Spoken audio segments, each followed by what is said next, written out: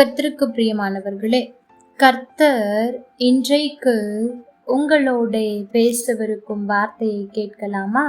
யாத்ராகமம் 2ஆம் அதிகாரம் 11ஆம் வசனமும் 14ஆம் வசனமும். அங்கும் இங்கும் பார்த்து ஒருவரும் இல்லை என்று அறிந்து எகிப்தியனை வெட்டி அவனை மணலிலே புதைத்து போட்டான். 14ஆம் வசனம். நீ எகிப்தியனை கொன்று போட்டது போல என்னையும் கொன்று போட நினைக்கிறாயா என்றான். எனக்கு பிரியமான தேவ பிள்ளைகளே, இங்கே ஒரு காரியத்தை நாம் வாசிக்கிறோம். இது யாரை குறித்து எழுதப்பட்டிருக்கிறது என்றால் மோசேயை குறித்து. மோசே பார்வோனுடைய அரண்மனையில் வளர்க்கப்பட்டாலும் அவன் பிறப்பால் எபிரேயன் என்பதினால் அவர்கள் மேல் ஒரு தனி பாசம் பாருங்கள். அவர்கள் சுமை சுமக்கிறதை பார்த்து தன் சகோதரராகிய எபிரேயரில் ஒருவனை ஒரு எகிப்தியன் அடிக்கிறதை கண்டு அவனுக்கு கோபம் வந்து விடுகிறது. அவன் உடனே செயல்பட்டானா என்றால் இல்லை. கோபம் வந்தவுடன் அங்கும் இங்கும் பார்க்கிறான், யாராவது இருக்கிறார்களா என்று பார்க்கும்போது வசனம் சொல்லுகிறது, அங்கும் இங்கும் பார்த்து ஒருவரும் இல்லை என்று அறிந்து அவன் கொலை செய்து விட்டான்.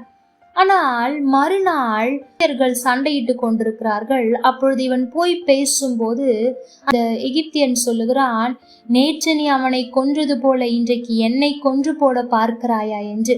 எனக்கு பிரியமான தேவ பிள்ளைகளே, சற்று யோசித்து பாருங்கள். ஒருவரும் இல்லை என்று அறிந்து கொலை செய்தான். ஆனால் மறுநாள் அவன் செய்த தவறு வெளிவந்தது. அதற்கு பின் அவன் பயந்து வனாந்திரத்திற்கு ஓடுகிறான். தேவன் அவனை சந்திக்கிறார். தேவனிடத்தில் தஞ்சமாய் போகிறார். எனக்கு பிரியமான தேவ பிள்ளைகளே, இதிலிருந்து நாம் கற்றுக்கொள்ள வேண்டியது என்ன தெரியுமா? இன்றைக்கு நாமும் கூட அநேக நேரத்தில் ஒருவரும் இல்லை என்று அறிந்து அநேக காரியங்களை செய்கிறோம். அது ஆண்டவருக்கு பிரியமில்லாமல் இருக்கலாம், ஆண்டவரை கோபப்படுத்தலாம், யாரும் பார்க்கவில்லை என்று நாம் நினைக்கிறோம். ஆனால் நாம் ஜாக்கிரதையாய் இருக்க வேண்டும். அந்த காரியம் எப்படியும் வெளியே வந்தே தீரும் என்று. எனக்கு பிரியமான தேவ பிள்ளைகளே, அதற்கு பின் பயந்து ஓடி ஒளிவதை விட்டுவிட்டு இன்றைக்கே ஆண்டவருடைய சமூகத்தில் வந்து விடுங்கள்.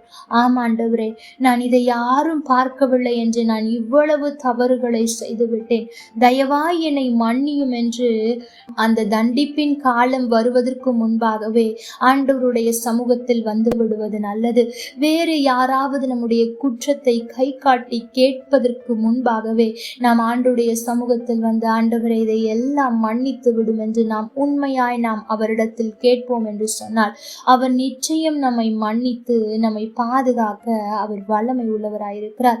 எனக்கு பிரியமான தேவ பிள்ளைகளே, ஒருவரும் இல்லை, யாரும் என்னை பார்க்கவில்லை என்று நீங்கள் செய்து கொண்டிருக்கிற தவறு ஆண்டவருக்கு தெரியும். அது எந்த காரியமாயிருக்கலாம். நீங்கள் போனில் என்ன பார்க்கிறீர்கள் என்பது ஆண்டவருக்கு தெரியும், அல்லது என்ன காரியங்களை செய்து கொண்டிருக்கிறீர்கள் என்று ஆண்டவருக்கு தெரியும். மனுஷர்களுக்கு மறைத்து விடலாம், ஆனால் ஆண்டவருக்கு ஒன்றையும் ஒருபோதும் மறைத்து விடவே முடியாது. ஆகவே இந்த காரியத்தில் நீங்கள் மனம் திரும்பி ஆண்டவருடைய சமூகத்தில் வந்து அவரை நோக்கி பாருங்கள். நிச்சயம் அவர் உங்களை காப்பாற்றி உங்களுடைய தப்பிதங்களை மன்னித்து உங்களை பாதுகாப்பார். கர்த்தர் தாமே உங்களோடு கூட இருந்து உங்களை ஆசீர்வதிப்பாராக. ஆமென். லைக் பண்ணுங்க, ஷேர் பண்ணுங்க, கமெண்ட் பண்ணுங்க.